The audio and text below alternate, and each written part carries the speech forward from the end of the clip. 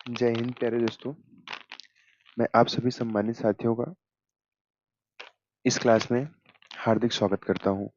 साथियों, जैसा कि कल जो हमारी वीडियो हुई थी उसमें हम प्रोग्राम तक बात कर चुके थे कि प्रोग्राम किस तरीके से बनाए जाते हैं, प्रोग्राम क्या होता है, सॉफ्टवेयर क्या होता है, हार्डवेयर क्या होता है।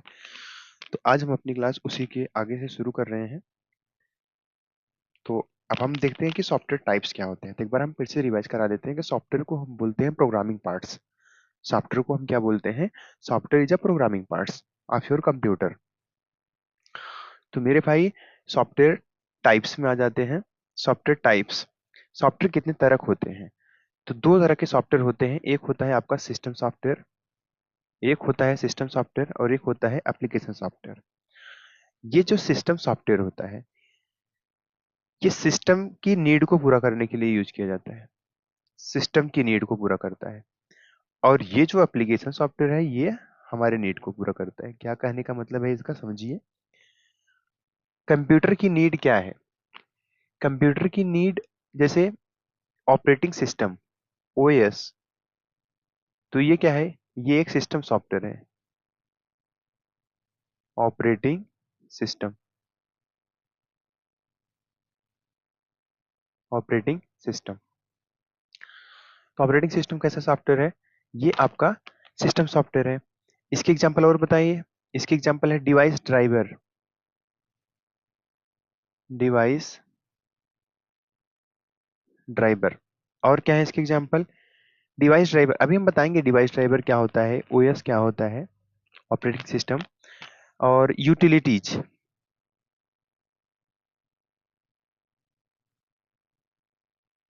यूटिलिटीज प्रोग्राम, जो यूटिलिटी प्रोग्राम कहते हैं, जैसे रीसेट, बैकअप, ये सब आपके सिस्टम में पाया जाता है। ये यूटिलिटी प्रोग्राम है आपके कंप्यूटर के। ये कैसे प्रोग्राम है? ये यूटिलिटी प्रोग्राम होते हैं। एप्लीकेशन सॉफ्टवेयर क्या होता है? एप्लीकेशन सॉफ्टवेयर वो सॉफ्टवेयर होते हैं जिसको यूजर अपनी जरूरत के अनुसार यूज करता है, अपनी जरूरत के अनुसार चलाता है। जैसे एग्जाम्पल में, मुझे व्हाट्सएप चाहिए तो मैं व्हाट्सएप ले लूंगा, व्हाट्सएप एप्लीकेशन सॉफ्टवेयर है। व्हाट्सएप कैसा सॉफ्टवेयर है? व्हाट्सएप व्हाट्सएप एप्लीकेशन सॉफ्टवेयर है। मुझे फेसबुक चाहिए, मैंने फेसबुक ले लिया। मुझे फेसबुक चाहिए, मैंने फेसबुक ले लिया। मुझे एक्सेल चाहिए, एक्सेल यूज करना है मुझे, तो ये क्या है? ये भी एप्लीकेशन सॉफ्टवेयर है। मुझे पावर पॉइंट यूज करना है, मुझे पावर पॉइंट यूज करना है, तो ये भी कैसा सॉफ्टवेयर है? ये भी हमारा एप्लीकेशन सॉफ्टवेयर है। तो अंतर क्या समझ में आया? क्या डिफरेंस है इन दोनों में मेरे भाइयों? तो इन दोनों में डिफरेंस ये है कि सिस्टम सॉफ्टवेयर जो होता है, ये हमारे सिस्टम की नीड को पूरा करता है। ये हमारे सिस्टम की नीड को पूरा करता है, सिस्टम की जरूरतों को पूरा करता है। जबकि वहीं पे जो हमारा एप्लीकेशन सॉफ्टवेयर होता है, ये यूजर की नीड को पूरा करता है। एग्जाम्पल मैंने आपको देकर के समझा दिए हैं। आगे चलते हैं। देखिए, ये सिस्टम सॉफ्टवेयर है। जैसे ये विंडोज है, ये देखिए, ये विंडो का है। Ubuntu, Mac OS, Android. Android आप जो यूज करते हैं, वो एक ओएस है। एंड्राइड मोबाइल्स, आईओएस, ये अलग अलग, ब्लैकबेरी, ये सब क्या है? ये हमारे सिस्टम सॉफ्टवेयर हैं। ये हमारे कैसे सॉफ्टवेयर हैं? सिस्टम सॉफ्टवेयर है। तो एप्लीकेशन सॉफ्टवेयर कैसे क्या है? जैसे database, Word, Excel, WhatsApp, spyware. इसके बाद आपका वीडियोज वगैरह, म्यूजिक, फोटोशॉप, ये सब क्या है? फेसबुक, नेटफ्लिक्स, ये सब क्या है? ये हमारी यूजर की जरूरतों को पूरा करते हैं। ये हमारे यूजर की जरूरतों को पूरा करते हैं। उम्मीद है इतनी बातें आपको समझ में आ गई होंगी। आगे चलते हैं हम। हाँ, तो अब देखते हैं सिस्टम सॉफ्टवेयर क्या होता है। तो अब देखिए, सिस्टम सॉफ्टवेयर की डेफिनेशन को देखेंगे। System software are those software, system software हमारे वो सॉफ्टवेयर होते हैं which are design to fulfil system need, जो सिस्टम की नीड को फुलफिल करते हैं, जो सिस्टम की जरूरतों को पूरा करते हैं। सिस्टम की जरूरत क्या है? सिस्टम को ऑन ऑफ होने के लिए ओएस चाहिए। सिस्टम को ऑन ऑफ होने के लिए क्या चाहिए? ओएस चाहिए। तो ओएस क्या है? एक सिस्टम सॉफ्टवेयर है। सिस्टम को किसी भी पर्टिकुलर हार्डवेयर को चलाने के लिए डिवाइस ड्राइवर चाहिए। तो डिवाइस ड्राइवर क्या है? डिवाइस ड्राइवर आपका सिस्टम सॉफ्टवेयर है। तो इस तरीके से सिस्टम की नीड को फुलफिल करने वाले सॉफ्टवेयर्स को हम सिस्टम सॉफ्टवेयर के अंदर रखते हैं। और in other word, system software control any particular hardware all whole system. या दूसरे शब्दों में आप कह सकते हैं कि सिस्टम सॉफ्टवेयर जो होते हैं, देखिए, और इन अदर वर्ड दूसरे शब्दों में आप कह सकते हैं कि सिस्टम सॉफ्टवेयर आपको, मतलब आपके या किसी हार्डवेयर डिवाइस की सिस्टम को कंट्रोल करता है। सिस्टम सॉफ्टवेयर किसको कंट्रोल करता है? किसी भी सिस्टम, जो सिस्टम सॉफ्टवेयर प्रोग्राम होता है, ये सिस्टम को कंट्रोल करता है या किसी हार्डवेयर डिवाइस को कंट्रोल करने का काम करता है। जैसे softwares falling under this category, जैसे इस कैटेगरी के अंदर कौन कौन से सॉफ्टवेयर आते हैं मेरे भैया? तो आता है क्या? पहला आता है ऑपरेटिंग सिस्टम, दूसरा डिवाइस ड्राइवर, यूटिलिटी प्रोग्राम। और यूटिलिटी प्रोग्राम क्या चीजें होती हैं आपको मैं बता चुका हूँ। और ये जो दो टर्म है ये आपके आगे मिलेंगे, इसलिए हम इसको यहाँ पे नहीं देख रहे हैं, आगे हम इसको देख लेंगे। एप्लीकेशन सॉफ्टवेयर क्या होते हैं?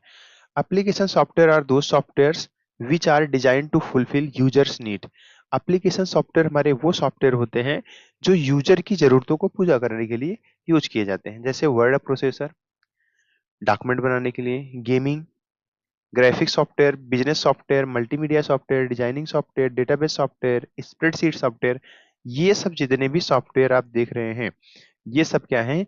ये सब एप्लीकेशन सॉफ्टवेयर हैं। ये क्या है? ये एप्लीकेशन सॉफ्टवेयर हैं।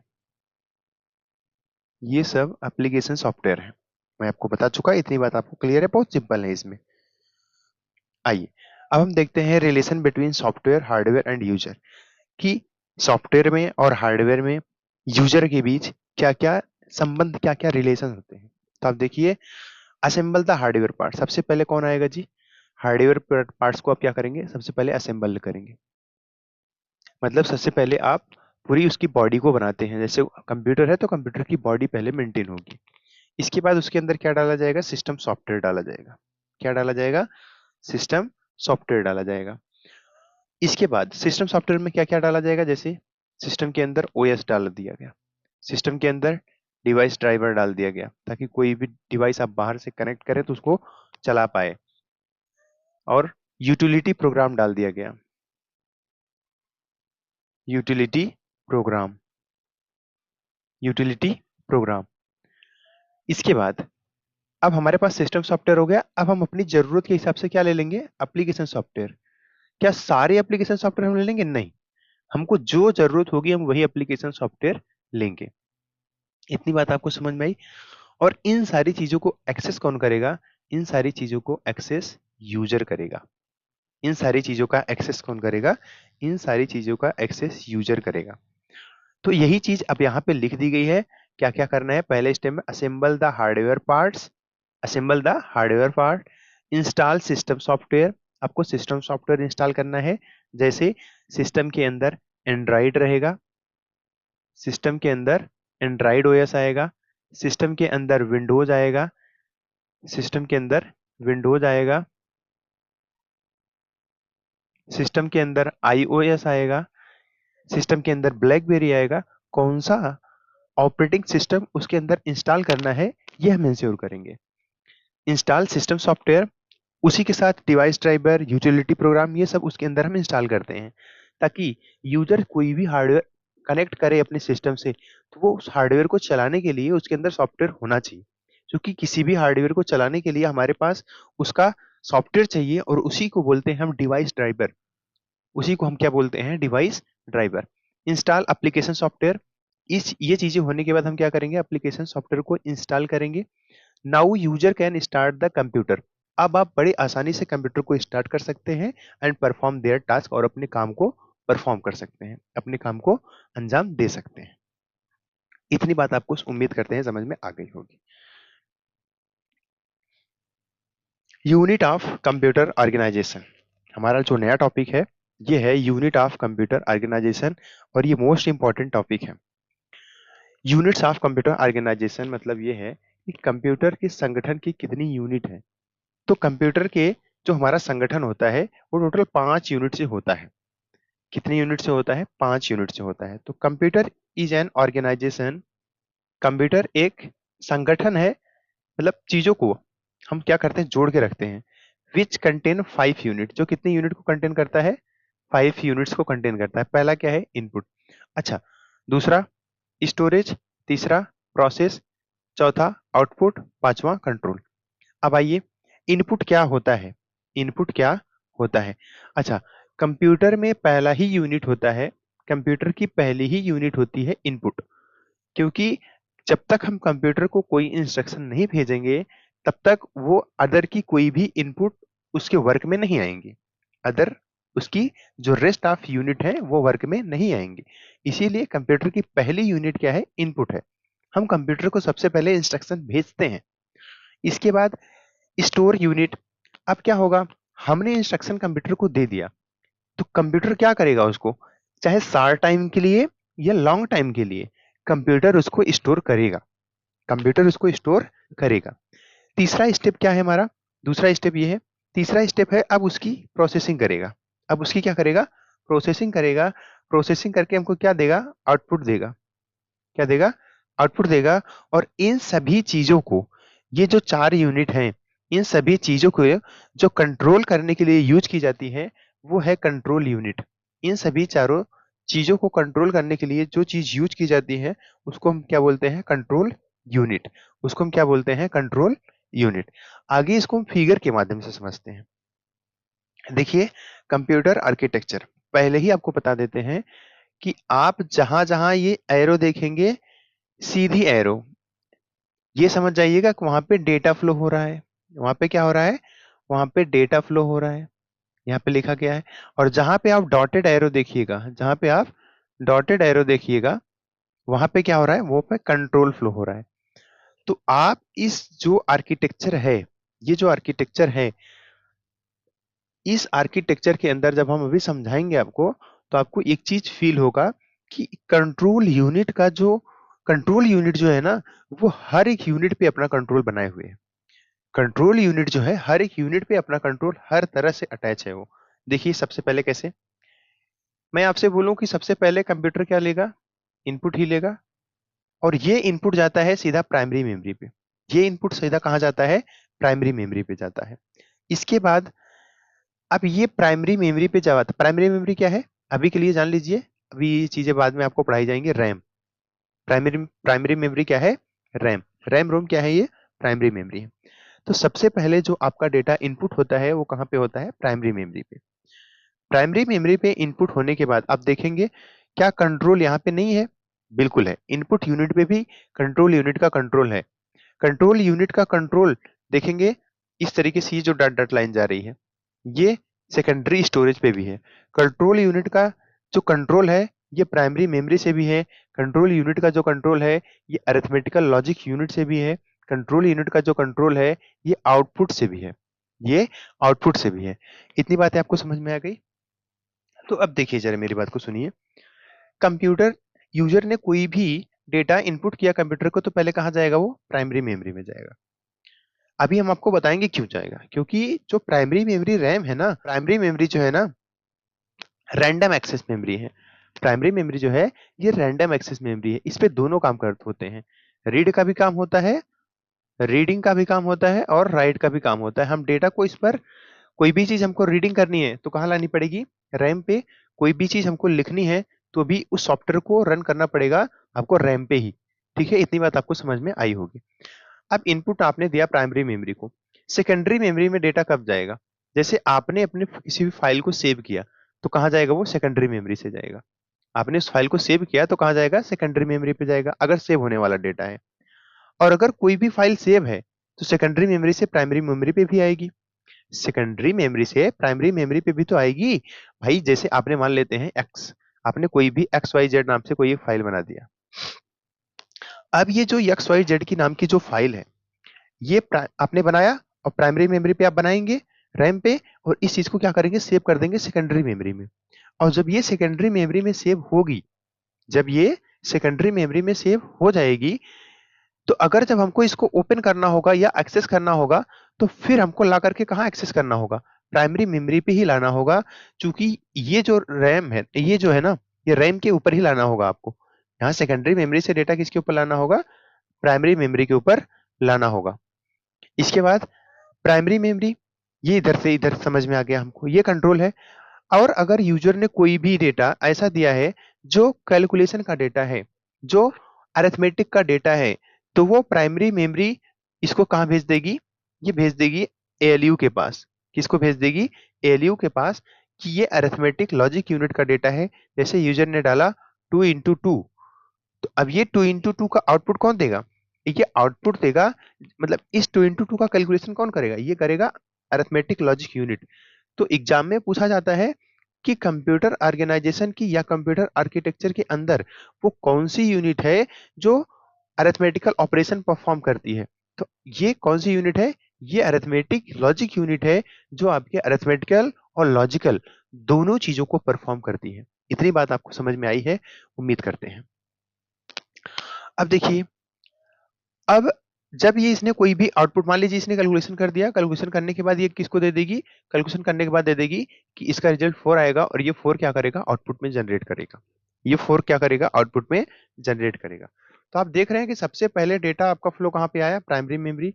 प्राइमरी मेमोरी से सेकेंडरी मेमोरी, और सेकेंडरी मेमोरी से कोई भी डेटा एक्सेस करना है तो हम फिर से प्राइमरी मेमोरी, और प्राइमरी मेमोरी से कोई भी डेटा हमको सीधा आउटपुट पे ले जाएगा। और जब अगर यूजर कोई भी अरिथमेटिकल डेटा जनरेट करेगा या देगा कंप्यूटर को, तो प्राइमरी मेमोरी उस डेटा को कहाँ ट्रांसफर करेगी? एएलयू के अंदर, ताकि एएलयू जो है आसानी से उस कैलकुलेशन को परफॉर्म कर पाए। और ये परफॉर्म करके रिजल्ट देता है किसको? प्राइमरी मेमोरी को। और प्राइमरी मेमोरी इसको क्या कर देती है? आउटपुट दे देती है। प्राइमरी मेमोरी क्या करती है? आउटपुट में दे देती है। तो इतनी बात आपको समझ में आई होगी। और सुनिए, control unit, arithmetic logic unit, ये दोनों मिलकर के किसको बनाते हैं? ये सीपीयू को बनाते हैं। ये दोनों मिलकर के किसको बनाते हैं? सीपीयू को बनाते हैं, जिसका पूरा नाम होता है सेंट्रल प्रोसेसिंग यूनिट। जिसका पूरा नाम क्या होता है? Central processing unit. उम्मीद है ये आर्किटेक्चर आपको अच्छे से समझ में आया होगा। आगे चलते हैं। अब हम आ जाते हैं कुछ इनपुट डिवाइसेस के विषय में। इनपुट डिवाइसेस क्या होती हैं? इनपुट डिवाइसेस वो डिवाइसेस होती हैं जिसके थ्रू हम कंप्यूटर के अंदर इंस्ट्रक्शन भेजते हैं। इनपुट डिवाइसेस वो डिवाइसेस होती हैं जिसके थ्रू हम कंप्यूटर के अंदर इंस्ट्रक्शन भेजते हैं। जैसे यहाँ पे आपके क्या हो गए? ये कीबोर्ड हो गया, ये कीबोर्ड हो गया। तो इनपुट डिवाइसेस वो डिवाइसेस होती हैं जिसके थ्रू हम कंप्यूटर के अंदर इंस्ट्रक्शन भेजते हैं। एग्जाम्पल बहुत सारे दिए गए हैं, और सीधा सीधा एग्जाम में कई बार पूछा जाता है, इनमें से कौन सा इनपुट डिवाइस है? इनमें से कौन सा इनपुट डिवाइस है? तो हम कुछ इनपुट डिवाइस आपके सामने लेकर के आए हैं। बाकी के जो आपके रहेंगे, वो हम धीरे धीरे जब प्रैक्टिस करेंगे तो उसमें हम और चीजों को ले लेंगे। और जो मोस्ट इंपॉर्टेंट है वो मैं लेके आया हूँ। जैसे कीबोर्ड है। कीबोर्ड क्या है? इनपुट डिवाइस है। कीबोर्ड के थ्रू हम कंप्यूटर के अंदर इंस्ट्रक्शन भेजते हैं। माउस क्लिकिंग के लिए होता है, अंदर इंस्ट्रक्शन भेजते हैं। Track ball, joystick, mic. अभी जो हम जिस माइक से हम अपनी बात को रिकॉर्ड कर रहे हैं, ये माइक क्या कर रहा है? हमारी बात को अंदर ले रहा है। ये माइक क्या कर रहा है? हमारी बात को अंदर ले रहा है। तो माइक कैसी डिवाइस हो गई? माइक इनपुट डिवाइस हो गई। डिजिटाइजर है, इलेक्ट्रॉनिक्स कार्ड रीडर है, एटीएम है, पीओएस है, स्कैनर है। इसके बाद लाइट पेन है, बारकोड रीडर है, ओसीआर टेक्नोलॉजी। ओसीआर का पूरा नाम होता है ऑप्टिकल कैरेक्टर रीडर। इंपॉर्टेंट है, पूछा जाता है इसका। ये क्या है? इंपॉर्टेंट है, कई बार पूछा गया और पूछा जाएगा ये हर बार। ओएमआर का पूरा नाम क्या होता है? Optical mark reader. इसका भी इंपॉर्टेंट है। ओएमआर का पूरा नाम क्या होता है? Optical mark reader. और माइक को भी याद रखिएगा, क्योंकि अभी जब आप आउटपुट डिवाइस पढ़ेंगे ना, तो वहां पे आपको मिलेगा स्पीकर। तब आपको कई बार कंफ्यूजन होता है, माइक को इनपुट में डालना है या स्पीकर को इनपुट में डालना है। तो इसको भी याद रखिएगा, ये मत भूलिएगा। हाँ, ओसीआर को मत भूलिएगा। ओएमआर, टच पैड, मोबाइल चलाते हैं ना, कैसा डिवाइस है वो? इनपुट डिवाइस है, जो टच करते हैं, इंस्ट्रक्शन अंदर लेता है। डिजिटल कैमरा और वेब कैमरा, ईटीसी। ये क्या है हमारी? ये हमारे इनपुट डिवाइसेस हैं।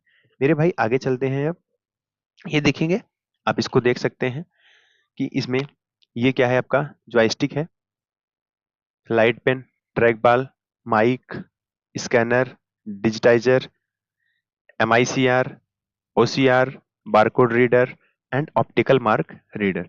ये कैसी डिवाइसेस हैं? ये सारी की सारी हमारी कैसी डिवाइसेस हैं? इनपुट डिवाइसेस हैं। इनपुट डिवाइसेस हैं। अब आ जाइए आउटपुट डिवाइस पे। आउटपुट डिवाइस क्या क्या है? मॉनिटर हमको क्या दिखाता है? आपकी स्क्रीन आपको क्या दे रही है? आउटपुट दे रही है ना। आप बैठ करके वीडियो देख रहे हैं तो आपकी स्क्रीन आपको क्या दे रही है? आउटपुट दे रही है। और किसके थ्रू दे रही है? मॉनिटर के थ्रू दे रही है। और ये बात हम आपको पहले भी बता चुके हैं कि मॉनिटर में वीडियो, इसको बोलते हैं वीडियो। मॉनिटर को हम क्या बोलते हैं? वीडियो। और इसका पूरा नाम होता है विजुअल डिस्प्ले यूनिट। इसका पूरा नाम क्या होता है? Visual display unit. Plotter, plotter जो देखे हैं, प्लॉटर जिससे बैनर वगैरह प्रिंट होते हैं उसको बोलते हैं प्लॉटर। स्पीकर, अब आ गया ना, मैं आपको बोल रहा था। माइक, माइक हमारी बात को अंदर लेता है और स्पीकर हमारी आवाज को क्या करता है? बाहर निकालता है। स्पीकर घर में लगाते हैं आप, बूफर जिसको आप बोलते हैं, वो चीज आप घर में लगाते हैं तो क्या करता है स्पीकर? स्पीकर गाना जब बजता है ना तो उसको बाहर सुनाता है कि अंदर ले लेता है? नहीं। स्पीकर जो होता है ये क्या होता है? एक आउटपुट डिवाइस है जो अंदर की इंफॉर्मेशन को बाहर निकालता है। जो अंदर की इंफॉर्मेशन को बाहर निकालता है, हमारी आवाज को कहाँ निकाल देगा? बाहर निकालेगा। हेडफोन, हेडफोन कैसा है? ये आउटपुट डिवाइस। प्रोजेक्टर, प्रोजेक्टर अभी आप दिखाएंगे आपको फिगर में। प्रिंटर, प्रिंटर क्या है? प्रिंटर आउटपुट डिवाइस है। कैसे? क्योंकि हम कोई भी सॉफ्ट, अच्छा प्रिंटर का काम क्या होता है इतना सा समझ लीजिए, प्रिंटर आपको पढ़ाया भी जाएगा। प्रिंटर का काम होता है ना कि सॉफ्ट कॉपी से हार्ड कॉपी में बदलना,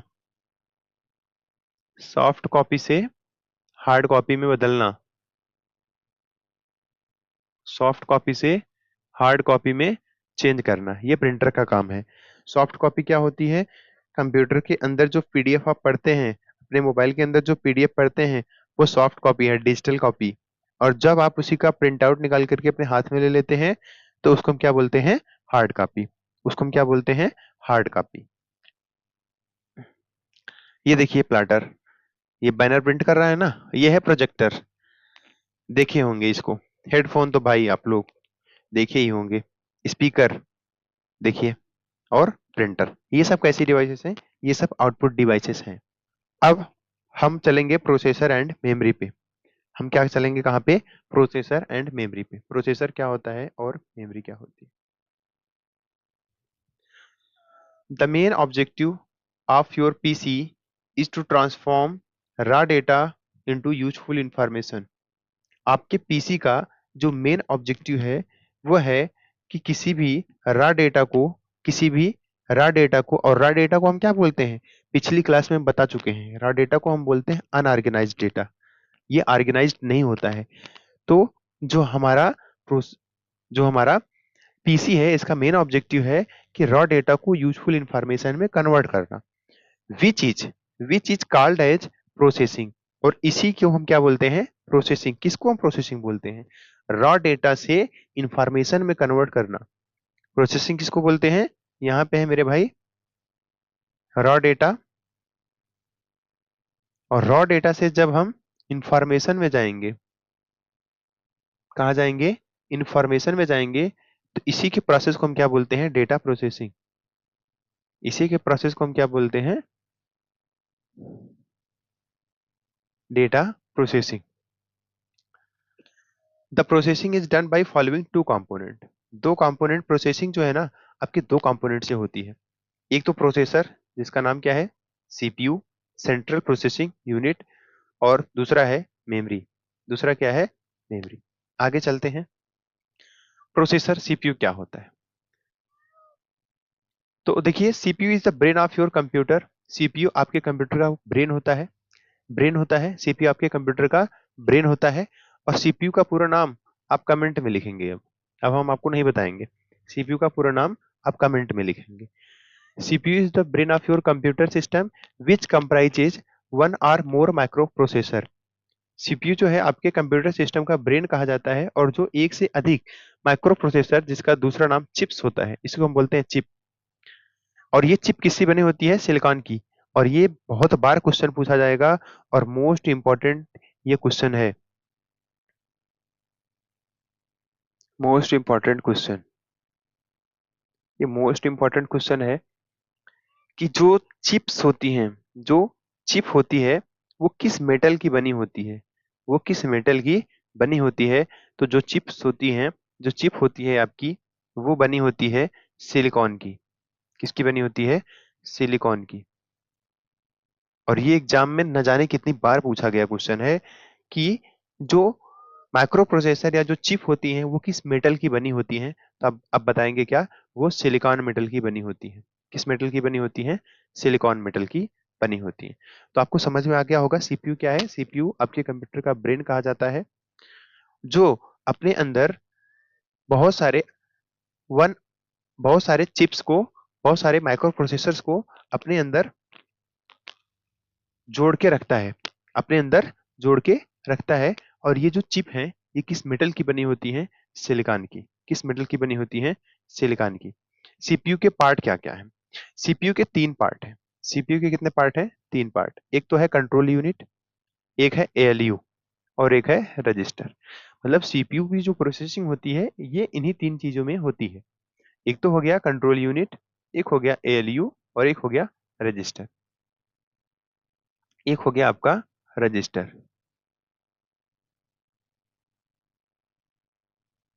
ठीक है, इतनी बात आपको समझ में आ गई। आगे इसको देख लेते हैं, कंट्रोल यूनिट क्या होता है। आज हम यही पढ़ करके इसके बाद अपनी क्लास को एंड कर देंगे। Control unit control all the activities of your computer system. मैंने आपको भी दिखाया था कि आपके कंप्यूटर में जितनी भी एक्टिविटीज होती है सब पे कंट्रोल किसका था? चाहे इनपुट यूनिट हो, चाहे आउटपुट यूनिट हो, चाहे आपकी सेकेंडरी सेकेंडरी मेमोरी हो, चाहे आपका अरिथमेटिकल लॉजिक यूनिट हो, अरिथमेटिक लॉजिक यूनिट हो, एएलयू जिसको बोलते हैं। ALU, arithmetic logic unit. ALU का पूरा नाम क्या है? Arithmetic logic unit. ALU means arithmetic logic unit perform arithmetical and logical calculation और ऑपरेशन। देखिए, एएलयू का काम होता है किसी भी अरिथमेटिकल या लॉजिकल कैलकुलेशन को परफॉर्म करना। अरिथमेटिकल चीजें क्या होती हैं? जैसे मैंने आपको बोल दिया 2+3 ये क्या है? अरिथमेटिकल चीज। 2+3 क्या है? ये अरिथमेटिकल चीज है। तो देखिए, तो आप ये क्या है? ये अरिथमेटिकल डेटा है। ये कैसा डेटा है? अरिथमेटिकल डेटा है। तो प्लस हो गया, मतलब सम हो गया, इसके बाद सब्ट्रैक्शन हो गया, मल्टीप्लिकेशन हो गया, डिवीजन हो गया, परसेंटेज हो गया। ये सब कैसे डेटा है? ये सब कैसे ऑपरेटर हैं? ये अरिथमेटिकल ऑपरेटर है। तो इनका काम होता है अरिथमेटिक यूनिट में। कई बार आपको, कई लोग या कई बुक में आपको मिल जाएगा कि अरिथमेटिक यूनिट अलग होती है और लॉजिक यूनिट अलग भी होती है। तो अरिथमेटिक यूनिट जो होती है अरिथमेटिकल ऑपरेशन परफॉर्म करती है, जबकि लॉजिक यूनिट जो होती है लॉजिकल ऑपरेशन परफॉर्म करती है। तो लॉजिकल ऑपरेशन कौन कौन से होते हैं? जैसे एंड, ये पढ़ाया जाएगा आपको। एंड, और, ये और वो मतलब अथवा वाला और नहीं है यहाँ, ये और ये वाला और है। ये और एक जो है ना आपका लॉजिकल ऑपरेशन है, लॉजिकल ऑपरेटर है। And, or, not, greater than, less than, greater than, equal, not equal. और नॉट इक्वल कंप्यूटर में इसको बोलते हैं, हाँ, ये साइन। तो ये चीजें हैं जो अरिथमेटिकल लॉजिक यूनिट परफॉर्म करती है। आपसे पूछेगा what is the full form of ALU, आप बताएंगे the full form of ALU is arithmetic logic unit. AU का नाम पूछ ले, एयू का पूछ ले, एयू का पूरा नाम क्या है? Arithmetic unit, only arithmetic unit. LU का पूरा नाम क्या है? लॉजिकल यूनिट या लॉजिक यूनिट। इतनी बात आपको। अरिथमेटिकल चीजें क्या क्या होती हैं? प्लस, माइनस, एडिशन, सब्ट्रैक्शन, ये क्या है आपकी अरिथमेटिकल चीजें। लॉजिकल चीज क्या होती है? And, or, not, less than, greater than, not equal, ये सब क्या है? ये लॉजिकल चीजें हैं। ये क्या है? लॉजिकल चीजें हैं। इतनी बात आपको समझ में आई। अब हम इसके बाद हम कल देखेंगे। तो प्यारे दोस्तों, उम्मीद करते हैं कि आपको क्लास पसंद आई होगी। और अगर आपको ये क्लास पसंद आए तो प्लीज आप इस चैनल को सब्सक्राइब करना, इस चैनल को अपना प्यार देना और शेयर करना लोगों तक, जरूरतमंद लोगों तक, जिसको इन सारी चीजों की जरूरत है। दोस्तों, अपनी तरफ से मैं पूरी कोशिश कर रहा हूँ कि आपको सारी चीजें समझ में आए। और दोस्त, जहाँ भी कोई गलती होती है तो आप उसको कमेंट में लिख सकते हैं कि यहाँ पे ये चीज की प्रॉब्लम है। मैं अपनी गलती को मानने के लिए बिल्कुल एकदम तैयार रहूंगा। तो प्यारे दोस्त, इसी के साथ अब हम आप लोगों से विदा लेते हैं। जय हिंद।